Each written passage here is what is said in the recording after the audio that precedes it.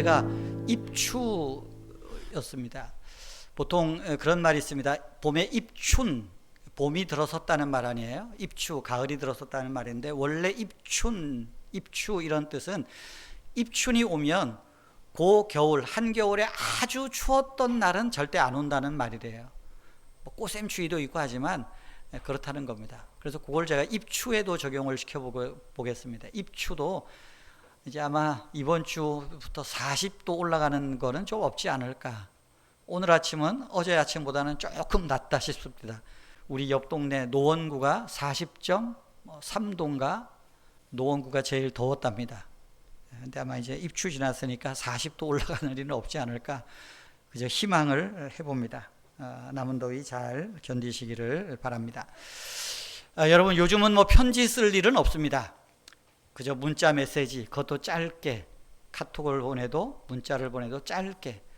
우리 아이들은 길면 더 잘 안 봅니다. 아니, 길면 무슨 내용인지도 모르고 끝에 아니면 처음에 그 말만 합니다. 편지라는 것 참 아주 오래된 그런 이야기인 것 같습니다. 여러분이 아주 좋아하고 또 여러분이 사랑하는 사람이 여러분에게 편지를 보냈다고 생각을 해보십시오. 우리는 그 편지를 받으면 이 편지는 단순히 종이 한 장, 그저 종이에 써 있는 까만 글자, 이렇게 생각하지 않습니다. 그 편지를 받으면 그 사람이 나에게 왔다고 생각을 합니다. 그 편지에 쓰여 있는 글자 하나하나 속에서 그 사람의 마음을 읽고 또 그 글을 통하여 그 사람의 존재를 내가 느끼고 함께하는 것입니다. 왜 그렇습니까? 그 편지 안에는 내가 좋아하고 사랑하는 사람의 마음이 담겨 있기 때문입니다. 편지를 읽는다는 것은 그저 종이에 쓰여진 글씨를 읽는 것이 아니라 그 사람, 편지를 보낸 사람을 내가 만나는 것입니다. 성경도 그렇습니다.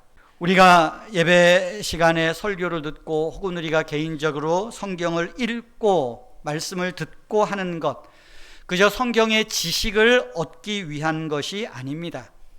그 성경이라는 하나님의 편지 속에서 하나님을 만나는 그 시간이 성경을 읽는 시간이고 말씀을 읽는 시간입니다. 시편 119편을 보면 176절 가운데 4절을 빼고 172절에는 각각의 절마다 말씀을 뜻하는 단어들이 계속 나옵니다.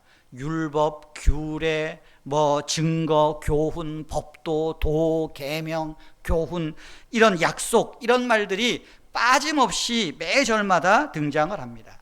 여러분, 왜 이렇게 말씀을 뜻하는 단어들이 시편 119편에서 계속 반복이 될까요?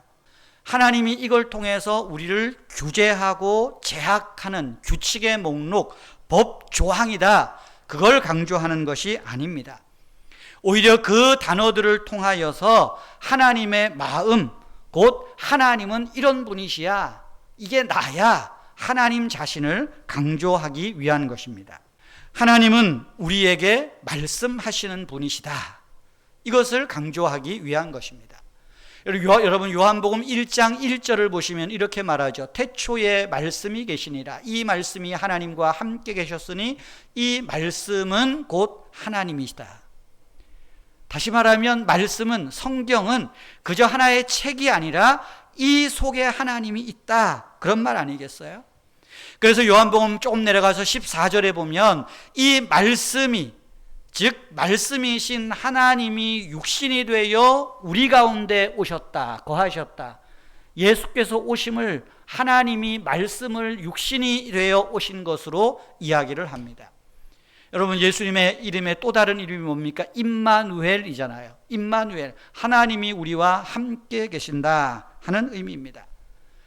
여러분, 말씀이 육신이 되어 우리 가운데 거하셨다는 말은 무엇이겠습니까? 하나님의 말씀은 지금 우리와 함께하는 임마누엘이라는 것입니다.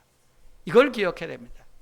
우리는 성경은 단지 그저 하나의 책, 오래전부터 내려오는 책이 아니라 이것은 하나님의 말씀, 하나님의 마음이다, 그걸 우리가 기억해야 할 것입니다. 여러분, 시편 119편을 읽으면 자주 등장하는 게 내가 주님의 말씀을, 주님의 증거를 즐거워합니다. 주님의 율례들을 읊조립니다. 이런 이야기들이 많이 나옵니다. 제가 지난주, 그 지난주에도 그랬지만 우리가 시편 119편을 읽으면서 여러분 성경을 자주 읽읍시다, 암송합시다, 마음에 새깁시다, 기억합시다 이런 말을 하지만 시편 119편에서 강조하는 건 뭐겠어요? 이 성경을 통하여서 하나님이 나를 이렇게 사랑하시니 하나님, 내가 하나님을 사랑합니다. 이 말씀을 통하여 하나님이 나와 함께 하시듯이 내가 말씀을 사랑하고 하나님의 말씀을 즐거이 듣고 말씀을 가까이 함으로 나 역시 주님과 함께 하겠습니다 하는 그런 결심과 다짐들을 하는 것, 그것이 119편에서 말하고자 하는 시인의 강조라고 생각을 합니다. 우리가 오늘은 시편 119편 세 번째 시간입니다. 119편 첫 번째 시간에는 16절까지 해서 하나님의 말씀은 우리의 행복 인생 매뉴얼이다. 그래서 이 매뉴얼들을 가까이 두고 삽시다. 자주 쳐다봅시다. 그런 말씀했어요. 두 번째로 40절까지는 그 하나님의 말씀이 고장난 우리의 삶을 살게 한다. 그런 말씀을 했죠. 몸도 지치고 마음도 지치고 세상의 유혹과 탐욕 속에서도 나를 살리는 것, 나를 살게 하는 것이 곧 하나님이다. 하나님의 말씀이 우리를 살아나게 한다 말씀을 드렸습니다. 오늘 41절에서 64절은 그러면 이 하나님이 나에게 주시는 선물이 무엇인가, 혜택이 무엇인가를 이야기합니다.